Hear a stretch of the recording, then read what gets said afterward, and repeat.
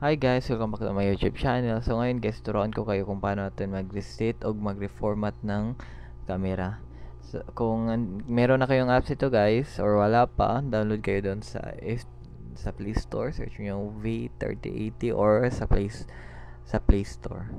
So, itong apps guys, para ito sa CCTV, itong ginagamit sa mga smart CCTV or sa anumang mga CCTV na nakaregister dito sa apps na to. So guys, kung paano natin makita yung reset or reformat yung SD card or full na yung SD card mo guys, or hindi na mag-recording ng camera mo, punta kayo dito sa 3 dot. Click nyo yung settings. Pagkatapos guys, swipe down. Pagkatapos guys, makikita ninyong reset camera at reset reboot button. So, kung gusto niyo mag-reset ng camera guys, click niyo yung reset. Reset lang yan guys, wala pong maapektuhan yung camera. Ma-reset lang yung mga features na mga ina-adjust niyo dito sa CCTV. So, ito guys, recording settings. At pagkikita nyo guys, makikita kayong format. So, click nyo yung format guys. After that guys, click nyo yung format. Mag-reformat na yung SD card nyo. Dahil mga iba ng mga camera na hindi na mag-record, hindi na mag-record or mag-recording or mag-playback kasi yung SD card nila is puno na. So makikita nyo guys, ang laman pa ng aking SD card is 99%. So marami to. So makita nyo 1% na. Kailangan niyo i-reset na yung camera dahil hindi na yan magre-record. So guys, mayroon pa akong i-share about sa V30. Try natin guys.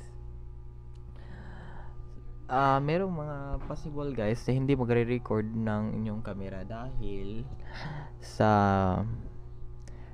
guys, hindi magre-record yung camera dahil hindi siya gumagana yung SD card. So paano natin guys kung makita na hindi gumagana yung SD card? So punta tayo ulit sa settings. Pagkatapos yan guys, punta ka sa record.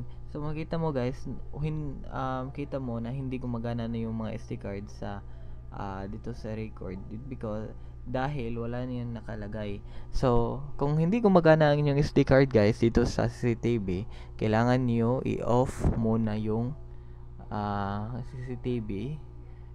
Plug out yung yung i-off nyo guys. Pagkatapos pag off guys yung CCTV, kailangan nyo i-out yung SD card for mga 1 minute guys. So pagkatapos guys 1 minute, i-plug una nyo isaksak yung SD card, tapos saksak nyo yung CCTV, power on. So pagkatapos yan guys, ulitin nyo hanggang pagkatapos yan guys, mag-reflect na po yung SD card nyo kung hindi gumagana yung SD card. So next time guys, kung mayroon akong mga bakante, maggumawa akong tutorial kung paano kung hindi gumagana yung SD card. So maraming salamat guys sa natutunan nyo. Please subscribe my YouTube channel. So another video or another learning na naman yung matutunan. So salamat.